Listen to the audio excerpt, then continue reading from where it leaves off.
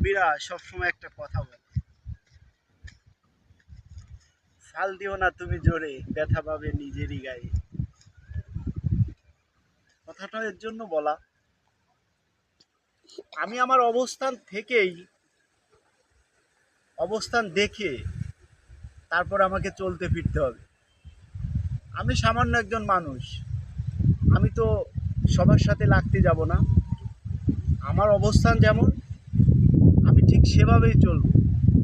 ফেতনার জামানা, সবচাইতে ভালো নিজেকে না জিতায়ে চলা। ভগা মনে করে যদি চলা হয়, হয়তো আল্লাহর রহমতে তার তেমন সমস্যা হওয়ার কথা না। আমাদের সমাজের, গ্রামের কিছু কিছু মানুষের হয়তো হঠাৎ করে কিছু টাকা পয়সা হয়েছে, এখন আর মানুষকে মানুষ মনে করে না। কিন্তু তারা হয়তো জানে না, তার আগেও অনেক টাকাওয়ালারা তাদের সামনে আছে। এটাই কথা। নিজের অবস্থান দেখে চলাফেরা করো।